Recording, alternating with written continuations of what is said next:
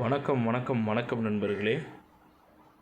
இந்த வீடியோவில் நம்ம எதை பற்றி பார்க்க போகிறோம் அப்படின்னு பார்த்தீங்கன்னா, பாஜகவுடனான கூட்டணி இல்லை அப்படின்ற மாதிரி ஒரு நிலைப்பாட்டில் மாற்றம் இல்லை அப்படின்ற மாதிரி எடப்பாடி பழனிசாமி திட்டவட்டமாக தெரிவிச்சிருக்கிறாரு. அதை முழுமையாக பார்க்கறதுக்கு முன்னாடி நம்ம சேனலை சப்ஸ்கிரைப் பண்ணி பெல் ஐக்கானை கிளிக் பண்ணி வச்சுக்கோங்க. கோவை விமான நிலையத்தில் அதிமுக பொதுச்செயலாளர் எடப்பாடி பழனிசாமி செய்தியாளர்களை சந்தித்த பொழுது பேட்டியளித்தார். அப்போது பேசிய அவர், காலதாமதமாக வீட்டு வரி செலுத்தினாலும் அதற்கு எந்த வட்டியும் வசூல் செய்யப்படாமல் இருந்தது. தற்போதைய சூழ்நிலையில் விடியா திமுக அரசு காலம் தாழ்த்தி வீட்டு வரி செலுத்தினால் வட்டி என்ற அறிவிப்பை வெளியிட்டுள்ளது.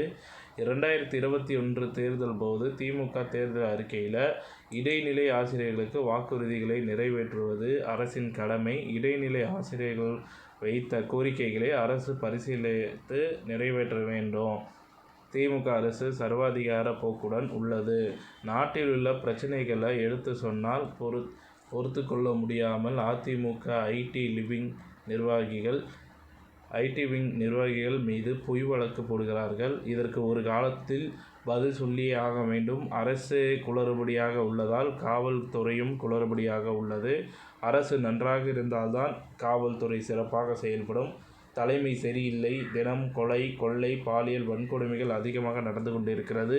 அரசாங்கம் முத்தன போக்குடன் செயல்படுகிறது. நிர்வாக திறமையற்ற அரசாங்கமாக உள்ளது. பொம்மை முதலமைச்சர் நாட்டை ஆண்டு கொண்டு இருக்கிறார். மக்களுக்கு பாதுகாப்பு இல்லை என தெரிவித்தார். திமுக பாஜக இடையேயான நாடாளுமன்ற தேர்தல் போட்டி என்ற அண்ணாமலை கருத்து குறித்த கேள்விக்கு அவர் சொல்வதற்கு நான் என்ன சொல்ல முடியும்? நீங்கள் அவரை தான் கேட்க வேண்டும். மக்களிடம் போய் கேளுங்கள். யாருக்கு யார் எதிரி என்பதை தெளிவாக சொல்லுவார்கள். அதிமுக தான் பிரதான எதிர்க்கட்சி. 30 ஆண்டுகள் ஆட்சி செய்த கட்சி. வேண்டுமென்றே சிலர் திட்டமிட்டு சொல்வதற்கு நாங்கள் என்ன சொல்ல முடியும் என பதிலளித்தார். தொடர்ந்து பேசிய அவர், உதயநிதி மாய உலகத்தில் மிதந்து கொண்டிருந்தார். நாடாளுமன்ற தேர்தலில் வரும்போது உரிய பதில் கிடைக்கும். பாஜகவினர் அதிமுகவினர் இடையே பேச்சுவார்த்தை ஒருபோதும் கிடையாது.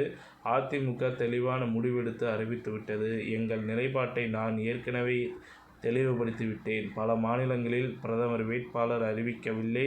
தமிழ்நாட்டின் உரிமைகளை பாதுகாக்க வேண்டும். தமிழ்நாடு வளர்ச்சி பெற புதிய திட்டங்கள், அதிக நிதி, சிறுபான்மை மக்களுக்கு முழுமையான பாதுகாப்பு தர வேண்டும் என்பதை யார் ஆட்சிக்கு வந்தாலும் அதிமுக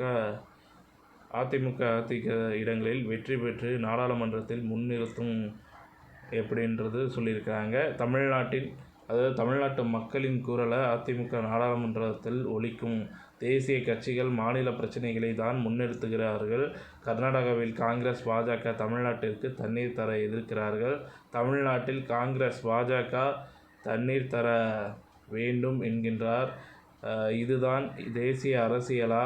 தமிழ்நாட்டின் உரிமைகளை பாதுகாக்கவே தனித்து போட்டியிடுகிறோம்.